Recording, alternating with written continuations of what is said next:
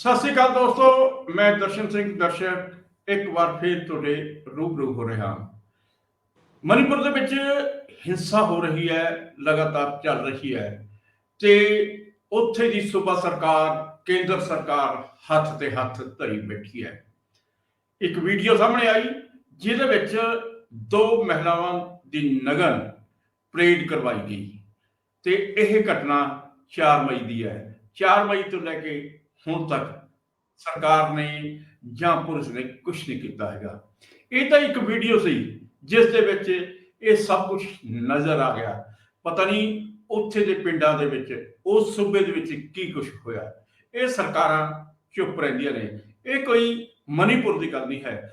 जब असी जे पूरे पंजाब पूरे हिंदुस्तान दे विच देखीए तां अजिहियां घटना अक्सर ही ਹੁੰਦੀਆਂ ਰਹਿੰਦੀਆਂ ਨੇ, पर सरकारां चुप ਰਹਿੰਦੀਆਂ ਨੇ। ਤੇ ਇਸ ਸੰਬੰਧ ਵਿੱਚ ਜਦੋਂ ਵੀ ਕੋਈ ਘਟਨਾ ਵਾਪਰਦੀ ਹੈ ਫਿਰ ਸਰਕਾਰ, ਪੁਲਿਸ, ਜਿਹੜਾ ਖੁਫੀਆ ਤੰਤਰ ਹੈ, ਸਾਰੇ ਹੀ ਚੌਕਸ ਹੋ ਜਾਂਦੇ ਨੇ। ਇਸ ਮਾਮਲੇ ਦੇ ਵਿੱਚ ਵੀ ਸੁਪਰੀਮ ਕੋਰਟ ਨੂੰ ਨੋਟਿਸ ਲੈਣਾ ਪਿਆ ਤੇ ਮਣੀਪੁਰ ਸਰਕਾਰ ਤੇ ਕੇਂਦਰ ਸਰਕਾਰ ਨੂੰ ਜਿਹੜਾ ਨੋਟਿਸ ਦੇਣਾ ਪਿਆ ਅਤੇ ਕਹਿਣਾ ਪਿਆ ਕਿ ਤੁਸੀਂ ਕੁਝ ਕਰਦੇ ਹੋ ਕਿ ਨਹੀਂ ਕਰਦੇ। ਜੇ ਨਹੀਂ ਕਰ ਸਕਦੇ ਤਾਂ ਸਾਨੂੰ ਕੁਛ ਕਰਨਾ ਪਊਗਾ। ਇਸੇ ਗੱਲ ਕਰਕੇ ਪ੍ਰਧਾਨ ਮੰਤਰੀ ਨਰਿੰਦਰ ਮੋਦੀ ਨੂੰ ਵੀ ਬੋਲਣਾ ਪਿਆ ਕਿ ਇਹ ਬਹੁਤ ਸ਼ਰਮਸਾਰ ਕਾਰਾ ਹੈ।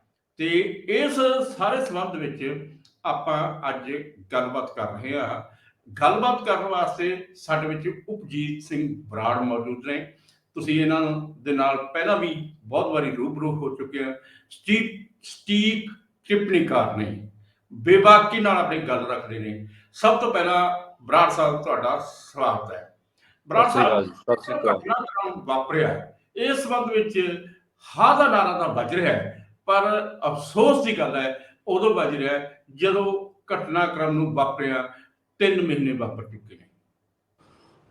ਦਰਸ਼ਕ ਜੀ, ਤੁਸੀਂ ਬਿਲਕੁਲ ਸਹੀ ਕਿਹਾ ਹੈ, ਪਰ ਮੈਂ ਇਸ ਮੁੱਦੇ ਤੇ ਆਉਣ ਤੋਂ ਪਹਿਲਾਂ ਥੋੜਾ ਜਿਹਾ ਪਿੱਛੇ ਜਾਣਾ ਚਾਹਾਂਗਾ, ਕਿਉਂਕਿ 1947 ਦੇ ਵਿੱਚ ਭਾਰਤ ਪਾਕਿਸਤਾਨ ਦੀ ਆਜ਼ਾਦੀ ਦੀ ਨੀਂਹ 10 ਲੱਖ ਲੋਕਾਂ ਦੇ ਜਿੱਥੇ ਕਤਲਾਂ ਨਾਲ ਰੱਖੀ ਗਈ, ਉੱਥੇ ਬੇਅੰਤ ਹਜ਼ਾਰਾਂ ਦੀ ਲੱਖਾਂ ਦੀ ਤਾਦਾਦ ਦੇ ਵਿੱਚ ਔਰਤਾਂ ਦੇ ਬਲਾਤਕਾਰ ਤੇ ਕਤਲਾਂ ਦੇ ਨਾਲ ਵੀ ਰੱਖੀ ਗਈ ਤੇ ਬੇਹੱਦ ਜ਼ੁਲਮ ਹੋਇਆ। ਪਰ ਅਫਸੋਸ ਇਸ ਗੱਲ ਦਾ ਹੈ ਕਿ ਸਾਡੇ ਲੋਕਾਂ ਨੇ, ਸਾਡੇ ਭਾਰਤ ਦੇ ਰਹਿਣ ਵਾਲੇ ਲੋਕਾਂ ਨੇ ਇਸ ਤੋਂ ਕੋਈ ਸਬਕ ਨਹੀਂ ਸਿੱਖਿਆ ਤੇ ਉਹ ਜਿਹੜਾ ਦਸਤੂਰ ਆ ਉਹ ਅੱਜ ਵੀ ਜਾਰੀ ਆ। ਤੇ ਇਹਦੀ ਉਦਾਹਰਨ, ਇਹਦਾ ਸਿਸਟਮ ਸੀਗਾ ਉਹ ਵੱਖ-ਵੱਖ ਸਾਲਾਂ ਦੇ ਵਿੱਚ, ਪਿਛਲੇ ਸਮੇਂ ਦੇ ਵਿੱਚ ਤੁਹਾਨੂੰ ਬਖੂਬੀ ਨਜ਼ਰ ਆਇਆ ਹੈ। ਇਸ ਤੋਂ ਪਹਿਲਾਂ ਕਾਫੀ ਸਮਾਂ ਪਹਿਲਾਂ ਭਾਰਤ ਦੇ ਵਿੱਚ ਭਾਗਲਪੁਰ ਦੇ ਵਿੱਚ ਵੀ ਕਤਲੇਆਮ ਹੋਇਆ ਸੀਗਾ।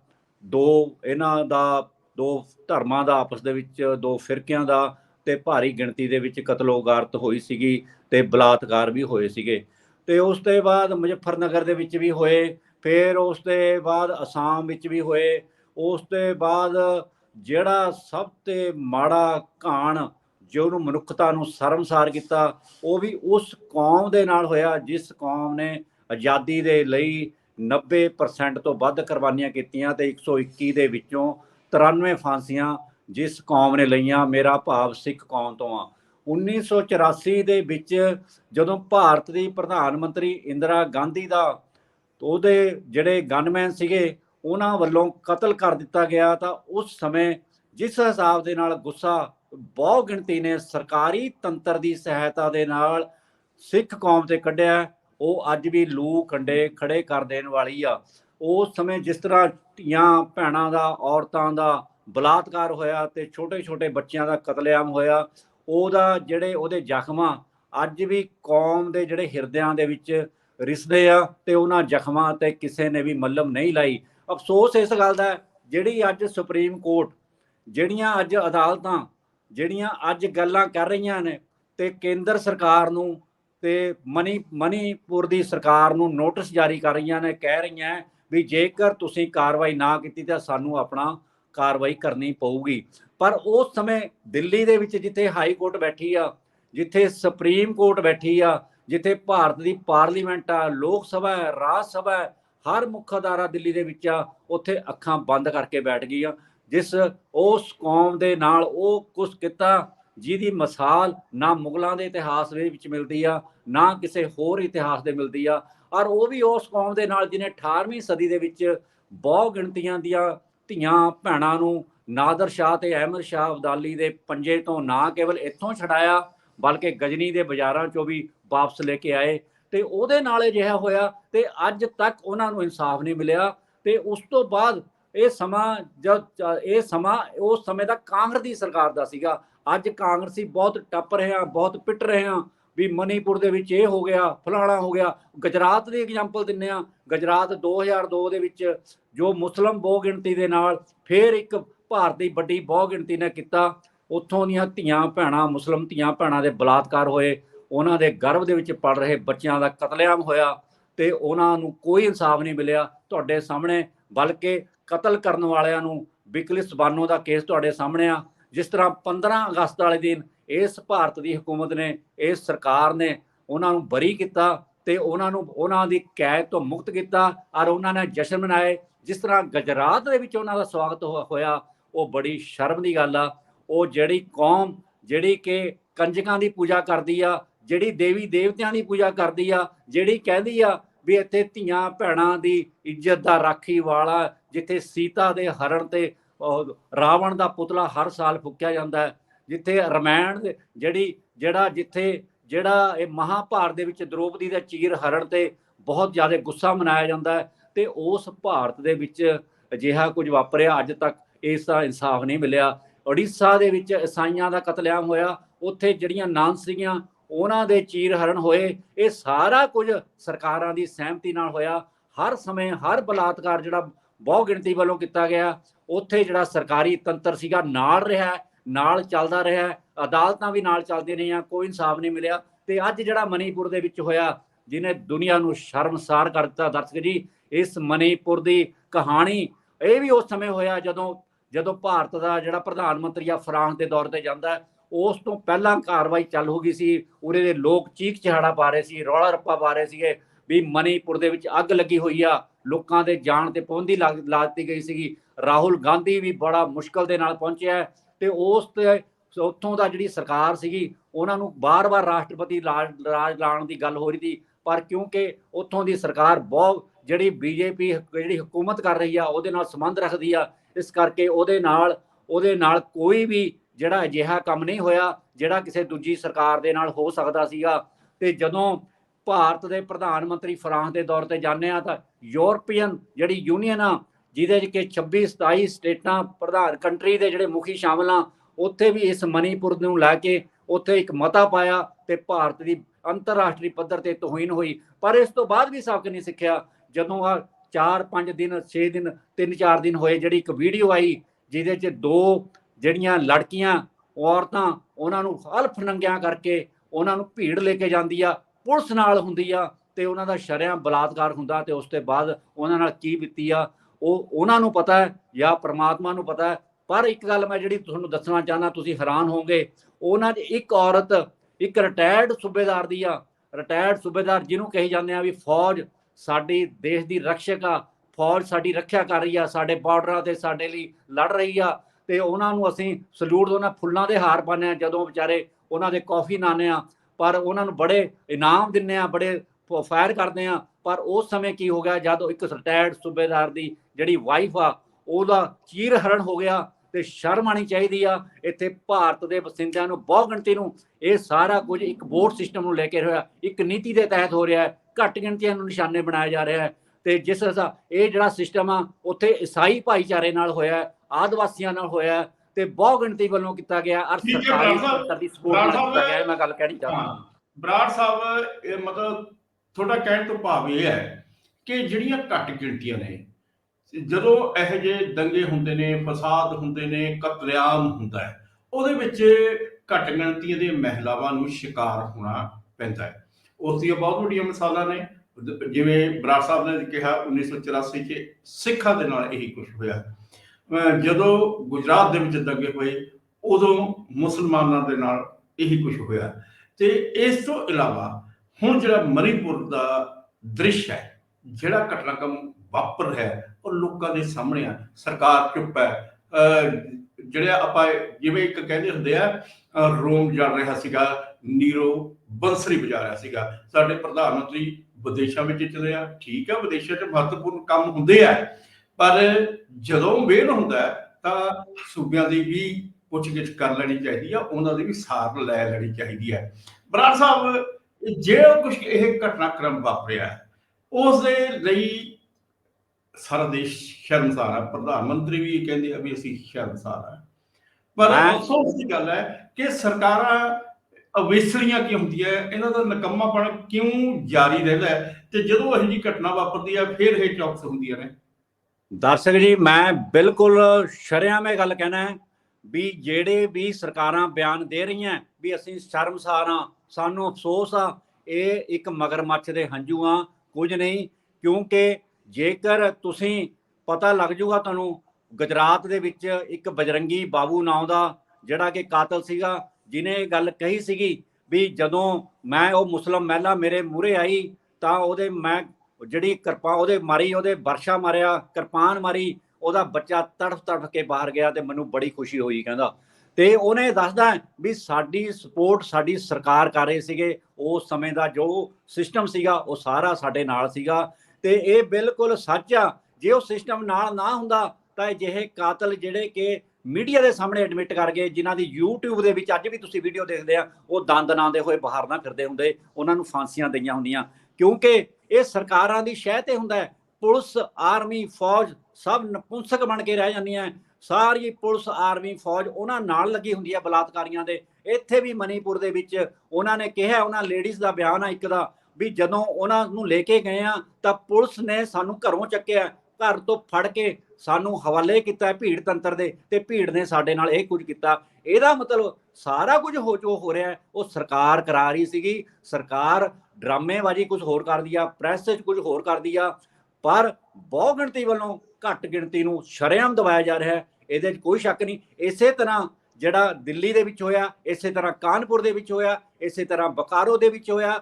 ਹੈਰਾਨੀ ਦੀ ਗੱਲ ਹੈ, ਜਿਹੜੇ ਭਾਰਤ ਦੇ ਸਿੱਖ ਫੌਜੀ ਸੀਗੇ ਜਿਹੜੇ ਕਿ ਛੁੱਟੀ ਆ ਰਹੇ ਸੀਗੇ, ਉਹਨਾਂ ਦੇ ਵਿੱਚੋਂ ਵੀ 50 ਫੌਜੀਆਂ ਨੂੰ ਉੱਥੇ ਜਿਉਂਦਾ ਮਾਰਿਆ ਗਿਆ, ਕਤਲ ਕੀਤਾ ਗਿਆ, ਜਿਹਦੀ ਅੱਜ ਤੱਕ ਭਾਰਤੀ ਫੌਜ ਨੇ ਕੋਈ ਜਾਂਚ ਨਹੀਂ ਕੀਤੀ। ਔਰ ਉਹਨਾਂ ਦੇ ਨਾਂ ਗੁਰਦੁਆਰਾ ਰਕਾਬਗੰਜ ਸੱਚ ਦੀ ਦੀਵਾਰ ਦੇ ਉੱਤੇ ਲਿਖੇ ਹੋਏ ਆ ਦਿੱਲੀ ਦੇ ਵਿੱਚ। ਕਦੇ ਪਤਾ ਕਰੋ ਵੀ ਉਹਨਾਂ ਦੇ ਨਾਲ ਕੀ ਇਨਸਾਫ ਹੋਇਆ, ਉਹਨਾਂ ਨਾਲ ਕੀ ਹੋਇਆ, ਉਹਨਾਂ ਭੈਣਾਂ ਨਾਲ ਕਿਆ ਹੋਇਆ ਜਿਹੜੀਆਂ ਚੱਕੀਆਂ ਗਈਆਂ, ਵੇਚੀਆਂ ਗਈਆਂ, ਰਾਜਸਥਾਨ ਦੇ ਚਕਲਿਆਂ ਦੇ ਵਿੱਚ ਪਹੁੰਚਾਈਆਂ ਗਈਆਂ, ਜਿੱਥੇ ਸਾਡੀਆਂ ਸੰਸਥਾਵਾਂ ਵੀ ਚੁੱਪ ਬੈਠੀਆਂ, ਸ਼੍ਰੋਮਣੀ ਕਮੇਟੀ ਵੀ ਚੁੱਪ ਬੈਠੀ ਆ, ਸਾਡੀ ਅਕਾਲੀ ਸੰਸਥਾਵਾਂ ਵੀ ਚੁੱਪ ਬੈਠੀਆਂ, ਕਿਉਂਕਿ ਸਾਡਾ ਜਿਹੜਾ ਖੂਨ ਆ ਸਫੈਦ ਹੋ ਚੁੱਕਿਆ ਹੈ, ਸਾਡੇ ਖੂਨ ਦੇ ਵਿੱਚ ਪਾਣੀ ਪਾ ਚੁੱਕਾ ਹੈ, ਤੇ ਸਾਨੂੰ ਖੁਦ ਸ਼ਰਮ ਆ ਰਹੀ ਆ। ਅੱਜ ਜਿਹੜਾ ਇਹ ਦੇਸ਼ ਜਿਹਨੂੰ ਕਿਹਾ ਜਾਂਦਾ ਸੀਗਾ ਬੜਾ ਸਲੀਕੇ ਵਾਲਾ ਦੇਸ਼ ਆ, ਬੜਾ ਸੱਭਿਆਚਾਰ ਵਾਲਾ ਦੇਸ਼ ਆ, ਅੱਜ ਲੋਕ ਬਾਹਰੋਂ ਆਉਣ ਤੇ ਡਰਦੇ ਆ, ਤੇ ਹਦਾਇਤਾਂ ਕਰਦੇ ਆ ਵੀ ਜਿਹੜੀਆਂ ਆਪਣੀਆਂ ਲੇਡੀਜ਼ ਨੂੰ ਵੀ ਉਸ ਦੇਸ਼ 'ਚ ਘੁੰਮਣ ਤੋਂ ਪਹਿਲਾਂ ਆਪਣੇ ਰੱਖਿਆ ਕਰੋ, ਫਲਾਣੇ ਜੀ ਨਾ ਜਾਓ, ਕਿਤੇ ਇਹ ਨਾ ਹੋ ਜਾਵੇ ਤੁਹਾਡੇ ਨਾਲ ਬਲਾਤਕਾਰ ਹੋ ਜਾਵੇ, ਤੁਹਾਡੇ ਨਾਲ ਇਹ ਨਾ ਹੋ ਜਾਵੇ। ਇਹ ਕਿਹੜਾ ਸਾਨੂੰ ਕਿਹੜੀ ਸਿੱਖਿਆਵਾਂ ਮਿਲ ਰਹੀਆਂ? ਸਾਡੀ ਦੁਨੀਆ ਭਰ ਦੇ ਵਿੱਚ ਜੋ ਸਾਡਾ ਇਮੇਜ ਡਾਊਨ ਹੋਇਆ ਇਹਨਾਂ ਕਰਕੇ। ਪਰ ਇੱਥੇ ਸਿਰਫ ਵੋਟ ਬੈਂਕ ਸਿਰਫ ਇੱਕ ਧਿਰ ਨੂੰ ਖੁਸ਼ ਕਰਨ ਲਈ ਕੀਤਾ ਜਾਂਦਾ ਹੈ ਵੀ ਸਾਨੂੰ ਇਸ ਧਿਰ ਦੀਆਂ ਵੋਟਾਂ ਪੈ ਜਾਣ ਤੇ ਦੂਜਿਆਂ ਨੂੰ ਡਰਾ ਕੇ ਵੋਟਾਂ ਲੈ ਲਈਆਂ ਜਾਣ। ਇਹ ਸਿਸਟਮ ਲੰਮੇ ਸਮੇਂ ਤੋਂ ਚੱਲ ਰਿਹਾ ਹੈ, ਔਰ ਇਹ ਨੀਤੀ ਜਿਹੜੀ ਹੈਗੀ ਆ ਇਹ ਭਾਰਤ ਦੀ ਜਿਹੜੀ ਏਕਤਾ ਤੇ ਅਖੰਡਤਾ ਦੀ ਦੁਹਾਈ ਪਾਈ ਜਾ ਰਹੀ ਆ, ਉਹਦੇ ਬਹੁਤ ਵਿਰੁੱਧ ਜਾ ਰਹੀ ਆ। ਇੱਥੋਂ ਦੀਆਂ ਸਰਕਾਰਾਂ ਨੂੰ ਸਮਝ ਲੈਣਾ ਚਾਹੀਦਾ ਹੈ ਵੀ ਜਿਹੜਾ ਸਾਡਾ ਸੰਵਿਧਾਨ ਸੈਕੂਲਰ ਆ, ਸਾਰਾ ਕੁਝ ਸਾਡਾ ਸਿਸਟਮ ਸਹੀ ਆ, ਤਾਂ ਸਾਨੂੰ ਇਨਸਾਫ ਦੇਣਾ ਚਾਹੀਦਾ ਹੈ। ਤੇ ਅਦਾਲਤਾਂ ਕਚਹਿਰੀਆਂ ਜਿਹੜੀਆਂ 84 ਜਿਨ੍ਹਾਂ ਦੀ ਅੱਖਾਂ ਬੰਦ ਰਹੀਆਂ, ਤੇ ਅਦਾਲਤਾਂ ਕਚਹਿਰੀਆਂ ਜਿਹੜੀਆਂ ਰਾਮਦੇਵ ਵਰਗਾ ਜਦੋਂ ਉਹਨੇ ਇੱਕ ਧਰਨਾ ਮਾਰਿਆ ਸੀਗਾ ਤਾਂ ਡਾਕਟਰ ਮਨਮੋਹਨ ਸਿੰਘ ਦੀ ਸਰਕਾਰ ਨੇ ਉਹ ਤੇ ਰਾਤ ਨੂੰ ਐਕਸ਼ਨ ਕਰਤਾ ਸੀਗਾ, ਤੇ ਉਹ ਜਨਾਨੀ ਵਾਲੇ ਕੱਪੜੇ ਪਾ ਕੇ ਭੱਜਾ ਸੀਗਾ, ਤੁਹਾਡੇ ਯਾਦ ਹੋਊਗਾ। ਉਹਦਾ ਸੋ ਮੋਟਾ ਐਕਸ਼ਨ ਭਾਰਤ ਦੀ ਅਦਾਲਤ ਨੇ ਲਿਆ ਸੀਗਾ। ਪਰ ਜਦ ਦਿੱਲੀ ਦੇ ਵਿੱਚ ਸ਼ਰੇਆਮ ਬਲਾਤਕਾਰ ਹੋ ਰਹੇ ਸੀਗੇ, ਕਤਲ ਹੋ ਰਹੇ ਸੀਗੇ, ਅੱਗ ਲਾ ਕੇ ਟਾਇਰ ਪਾ ਕੇ, ਕਿਸੇ ਨੇ ਸੋ ਮੋਟਾ ਐਕਸ਼ਨ ਨਹੀਂ ਲਿਆ, ਕਿਉਂਕਿ ਸਰਕਾਰੀ ਤੰਤਰ ਸਾਰਾ ਹੀ ਨਪੁੰਸਕ ਹੋ ਚੁੱਕਿਆ ਸੀਗਾ ਸਰਕਾਰਾਂ ਨਾਲ ਸੀ। ਇਹੀ ਕੁਝ ਮਣੀਪੁਰ 'ਚ ਹੋ ਰਿਹਾ, ਈਸਾਈਆਂ ਨਾਲ, ਇਹੀ ਉੜੀਸੇ 'ਚ ਹੋਇਆ।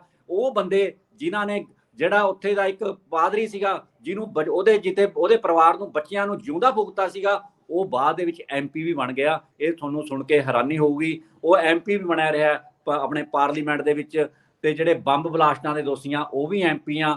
ਤੇ ਬੜਾ ਸ਼ਰੇਆਮ ਜਿਹੜੀਆਂ ਧਮਕੀਆਂ ਦਿੱਤੀਆਂ ਜਾ ਰਹੀਆਂ, ਇੱਕ ਹਿੰਦੂ ਰਾਸ਼ਟਰ ਬਣਾਉਣ ਦੀਆਂ ਗੱਲਾਂ ਕੀਤੀਆਂ ਜਾ ਰਹੀਆਂ, ਉਹ ਬਹੁ ਗਿਣਤੀ ਨੂੰ ਡਰਾਉਣ ਦੀ ਕੋਸ਼ਿਸ਼ ਕੀਤੀ ਜਾ ਰਹੀ ਆ।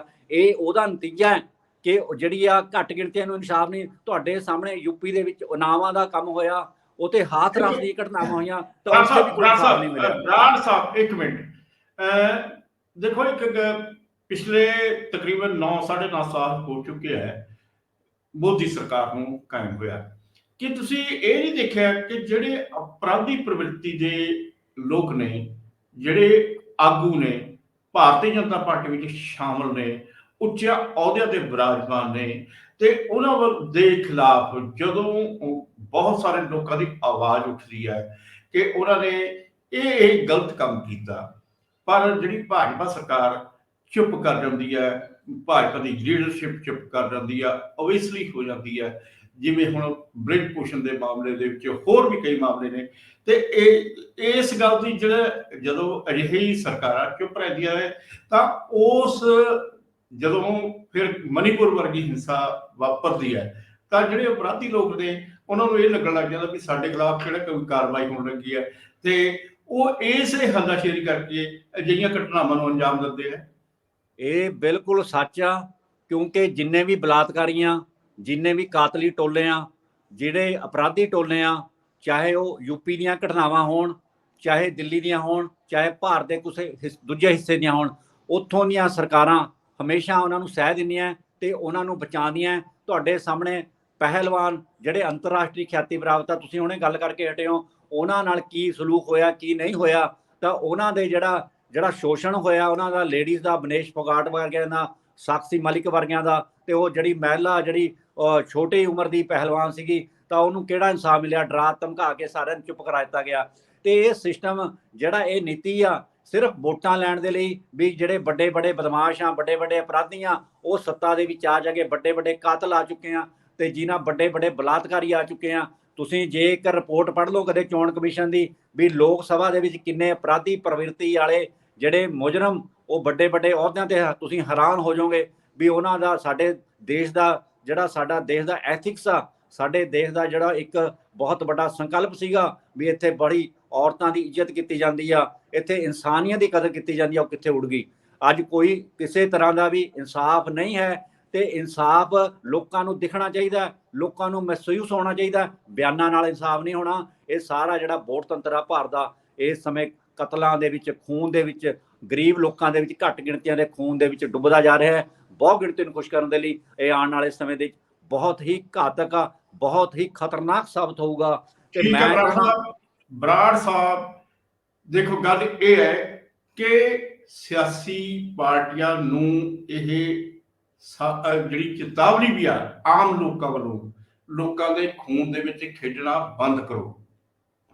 ਉਹਨਾਂ ਇਸ ਮਾਮਲੇ ਵਿੱਚ ਜਦੋਂ ਦੰਗੇ ਹੁੰਦੇ ਨੇ, ਕਤਲੇਆਮ ਹੁੰਦਾ, ਬਲਾਤਕਾਰ ਹੁੰਦਾ, ਇਹਦੇ ਵਿੱਚ ਸਾਰੀਆਂ ਹੀ ਪਾਰਟੀਆਂ ਆਪਣੇ ਆਪਣੇ ਹਮਾਮ ਦੇ ਵਿੱਚ ਨੰਗੀਆਂ ਨੇ, ਚਾਹੇ ਉਹ ਕਾਂਗਰਸ ਹੈ, ਚਾਹੇ ਉਹ ਭਾਰਤੀ ਜਨਤਾ ਪਾਰਟੀ ਹੈ।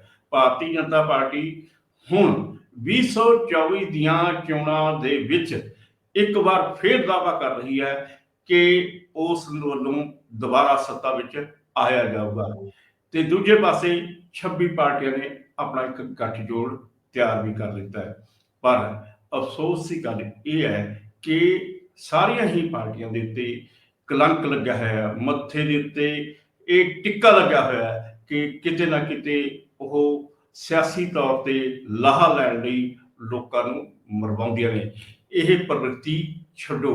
ਲੋਕਤੰਤਰ ਨੂੰ ਜੇਕਰ ਮਜ਼ਬੂਤ ਕਰਨਾ ਹੈ ਤਾਂ ਮਜ਼ਬੂਤ ਕਰਨ ਲਈ ਆਮ ਲੋਕਾਂ ਨੂੰ ਜਿਉਣ ਦਿਓ, ਇਹਨਾਂ ਨੂੰ ਲੜਾਓ ਨਾ, ਇਹਨਾਂ ਦੇ ਵਿਕਾਸ ਦੇ ਲਈ ਕੰਮ ਕਰੋ, ਤੇ ਤਾਂ ਹੀ ਇਹ ਦੇਸ਼ ਮਜ਼ਬੂਤ ਹੋਊਗਾ। ਜੇਕਰ ਹਿੰਸਾ ਵਧੂਗੀ, ਇੱਕ ਦੂਜੇ ਨਾਲ ਲੋਕ ਲੜਨਗੇ, ਇਹਦੇ ਨਾਲ ਭਾਰਤ ਦਾ ਹੀ ਨੁਕਸਾਨ ਹੋਊਗਾ। ਭਾਰਤ ਜਿਹਦੇ ਬਾਰੇ ਸਾਡੇ ਮੋਦੀ ਸਾਹਿਬ ਵੀ ਕਹਿੰਦੇ ਨੇ ਇਹ ਵਿਸ਼ਵ ਗੁਰੂ ਬਣਨ ਜਾ ਰਿਹਾ ਹੈ, ਕਿਤੇ ਇਹ ਨਾ ਹੋਵੇ ਆਉਣ ਵਾਲੇ ਸਮੇਂ ਦੇ ਵਿੱਚ ਘੱਟ ਗਿਣਤੀਆਂ ਨੂੰ ਲੜਾਉਣ ਵਾਲਾ ਇਹ ਗੁੰਡਾ ਰਾਜ ਨਾ ਬਣ ਜਾਵੇ। ਇਸ ਗੱਲ ਕਰਕੇ ਸਾਨੂੰ ਸਾਵਧਾਨ ਹੋਣਾ ਚਾਹੀਦਾ ਹੈ। ਇਹ ਜੋ ਕੁਛ ਵੀ ਅੱਜ ਅਸੀਂ ਗੱਲਬਾਤ ਕੀਤੀ ਹੈ, ਬਰਾੜ ਸਾਹਿਬ ਨੇ ਵੀ ਹਾਂ ਦਾ ਨਾਰਾ ਮਾਰਨ ਦੀ ਕੋਸ਼ਿਸ਼ ਕਰੀ ਹੈ, ਅਸੀਂ ਵੀ ਆਪਣੇ ਵੱਲੋਂ ਹਾਂ ਦਾ ਨਾਰਾ ਮਾਰਦੇ ਹਾਂ ਤੇ ਚਾਹੁੰਦੇ ਹਾਂ ਕਿ ਆਉਣ ਵਾਲੇ ਸਮੇਂ ਦੇ ਵਿੱਚ ਇਹੋ ਜਿਹੀ ਕੋਈ ਘਟਨਾ ਨਾ ਵਾਪਰੇ ਜਿਹਦੇ ਨਾਲ ਮਹਿਲਾਵਾਂ ਨੂੰ ਸ਼ਰਮਸਾਰ ਹੋਣਾ ਪਵੇ, ਘਰ ਦੇ ਵਿੱਚ ਜਿਉਣਾ ਦੁੱਭਰ ਹੋ ਜਾਵੇ। ਬਰਾੜ ਸਾਹਿਬ, ਤੁਸੀਂ ਬਹੁਤ ਵੱਡਮੁੱਲੇ ਵਿਚਾਰ ਦਿੱਤੇ, ਤੁਹਾਡਾ ਧੰਨਵਾਦ। ਸਾਡੇ ਦਰਸ਼ਕਾਂ ਦਾ ਵੀ ਧੰਨਵਾਦ।